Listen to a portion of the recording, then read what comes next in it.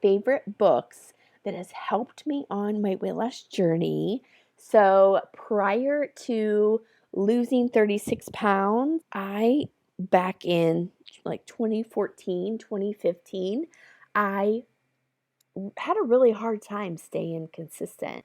I would go on these different diets or workouts. I would find one in a magazine or I would see something on social media, but I really had a hard time staying consistent with it beyond like a 2 week frame. And I want to talk about some of the books that I was reading as I was going through this new weight loss journey of mine that really helped me. And not all of these books are diet and fitness related. So, the first book I want to talk about is The Compound Effect by Darren Hardy. Compound Effect by Darren Hardy. It was such a profound book for me. In this book, Darren Hardy is like a business mentor, and in this book, he talks about the compound effect of your daily habits.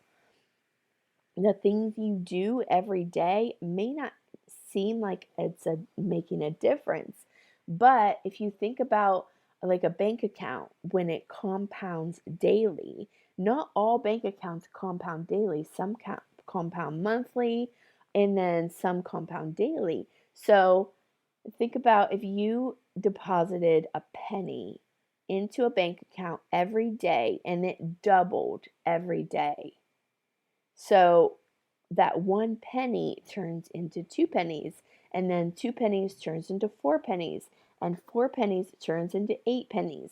And it just keeps doubling. It's like the snowball effect that what you're doing, just that one penny deposited, it's going to keep multiplying over and over and over and over.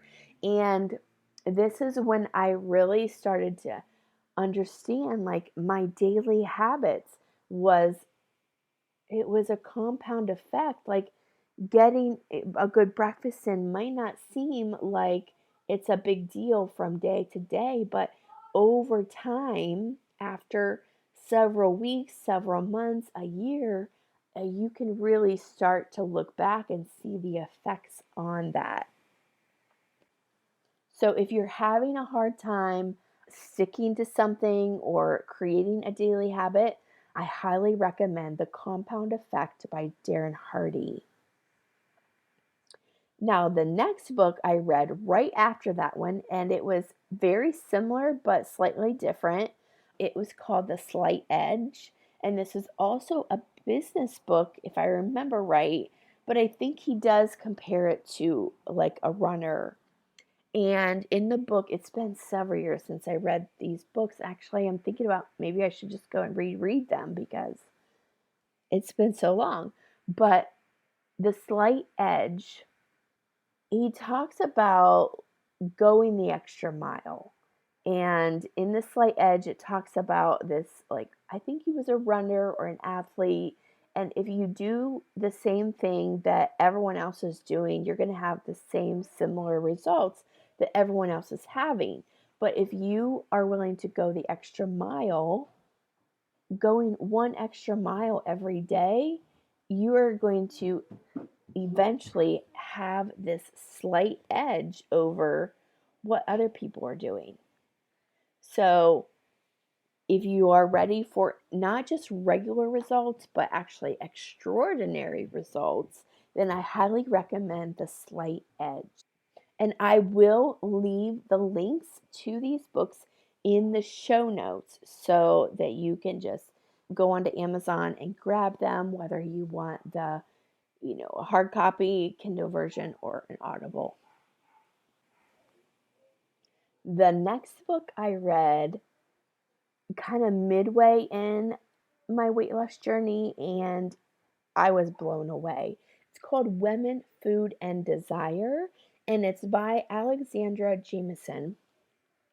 And the subtitle of the book is Honor Your Cravings, Embrace Your Desires, and Reclaim Your Body. And says the key to living healthy without letting a diet consume you lies in learning to decode your body's signs. And she talks about, why we are using food to as comfort, and instead of the things we actually desire, actually food is just like a plug-in for what we are actually truly wanting and craving in our life. And then the most profound thing I remember reading was the effect of the brain when we combine sugar and fat together. And I was mind blown. It was like when you combine sugar and fat together, it creates this chemical reaction in the brain where you can't stop eating. And think about all of your favorite sweet treats. They probably combine some kind of like sweets, sugar, and fat together, like chocolate peanut butter will be an example of like some kind of ice cream.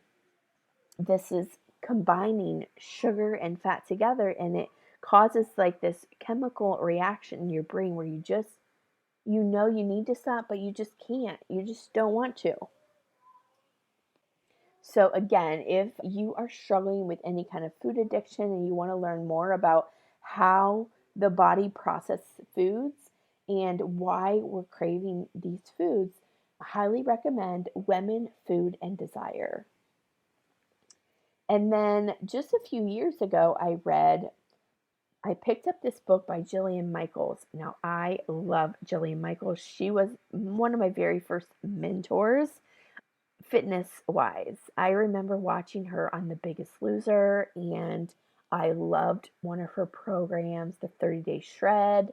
Although I didn't get great results because my nutrition was so out of whack, but I really loved the workouts, and I was never really a workout girl until I embraced the 30-Day Shred, and I just love that program. So I love Jillian Michaels.